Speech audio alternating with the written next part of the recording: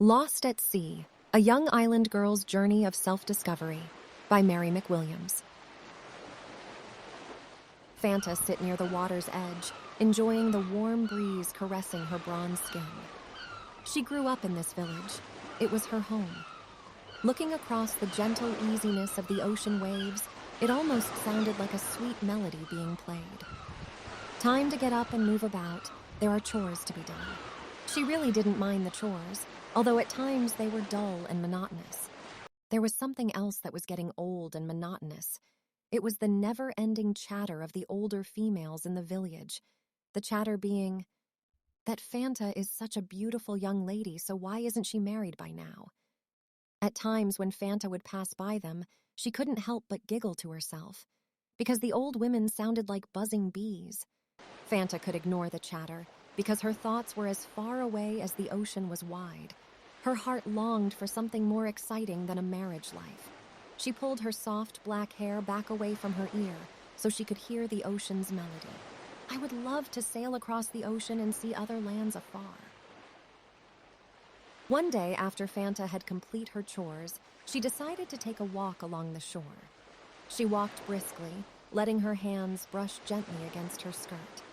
This day was like any other day, although today Fanta decided to wear her favorite skirt. She stopped at times to twirl around, allowing her full skirt to catch the wind.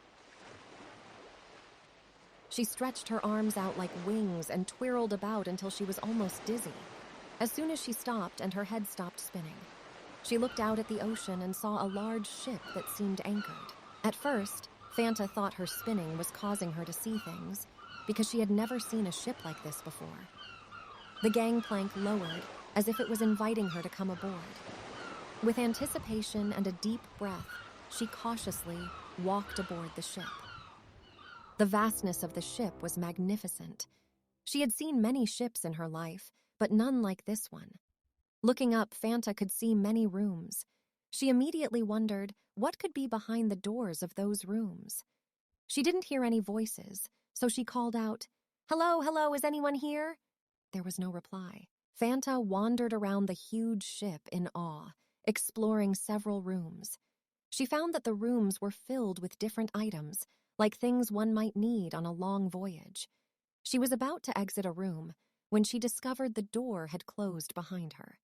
She tried to open the door. Although she tried, she could not open the door. Panic welled up inside of her. What have I done? How will I get off this ship? Why won't this door open? Many thoughts filled her head. She thought about her village, her home, and her loved ones. What if I'm imprisoned here forever? Her head throbbed, and she could hear her heartbeat quickening within her chest. Exhausted from her many attempts to escape from the room, Fanta drifted into a deep sleep. The ship's movement and voices woke Fanta from her sleep. She rushed to the door to try and open it again. This time, the door opened. She felt relieved and a moment of joy. She discovered the ship had sailed far into the ocean.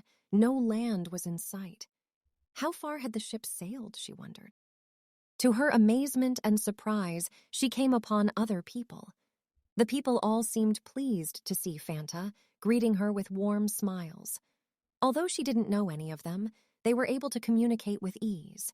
It seems they all had ended up on this ship and had no idea of its destination. None of the people knew who was in charge. They did tell Fanta that all of their needs were provided for on the ship. Meeting others on the ship was very comforting to Fanta. They shared stories about their homes and their families, and how they too were captive on the ship.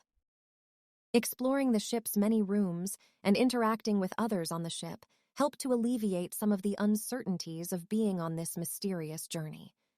In one room, Fanta discovered paints and a vast amount of canvases. She decided to paint the things she enjoyed and her experiences. Never thinking of herself as one with a talent to paint, she found the paint and colors flowed effortlessly onto the canvases for her. A new passion for painting was exhilarating for Fanta. Learning to mix colors and see them materialize into a beautiful paintings became fulfilling to her. By this time, the ship's occupants had become like a big family. They loved Fanta's paintings and often made request for her to paint their portraits. Days and nights passed by on the ship. The ship seemed to have a mind of its own, as if being navigated by a phantom captain, to which only he knew the destination. At times the waters were rough, with dark, looming rain clouds. Then there were times when the waters were calm, almost translucent, with the sun shining brightly. Kata had noticed the beautiful newcomer the very first time he saw her standing near the rails, looking out over the ocean. The way the sunlight caught her graceful, angelic face, the way her body swayed with the ship's movement. Fanta had also noticed the tall, handsome young man, but guarded her emotions. At times their eyes would meet, and Fanta thought, "Is he interested in me?" Each time she saw him, her heart seemed to melt, her breath quickened. At last the day came when Kata introduced himself. It was love, and soon they were sharing every moment they could together. Fanta forgot how many days and night had passed by being on the ship. Her time now was spent with Kata and her paintings. Who would have thought she could be so happy and content? After all, she is a captive aboard a mysterious ship without knowing its destination. Kata shared that since being on the ship, he had discovered his writing skills. One of his writings was about a reoccurring dream that he helped a beautiful bronze mermaid that had washed up ashore. In the dream, she would transform into a human. They would fall in love and have a beautiful son. Kata also shared his desire to one day have a son. Kata and Fanta spent many enjoyable hours together. As their love grew, they both knew they were destined to be together. Both Fanta and Kata were thrilled upon discovering a little one was on the way. What would it be, a boy or a girl? Kata, of course, was wishing and hoping for a son.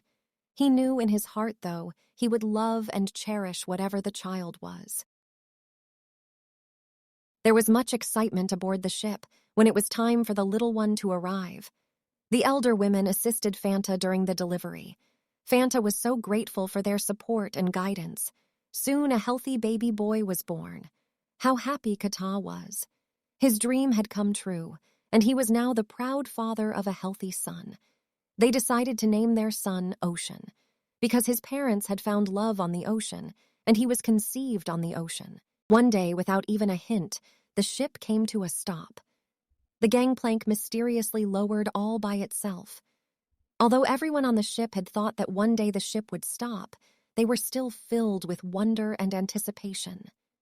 They all slowly walked onto the gangplank and began exiting the ship. What they saw before them was the most alluring land, with trees, waterfalls, and beautiful mountains. The scenery was breathtaking.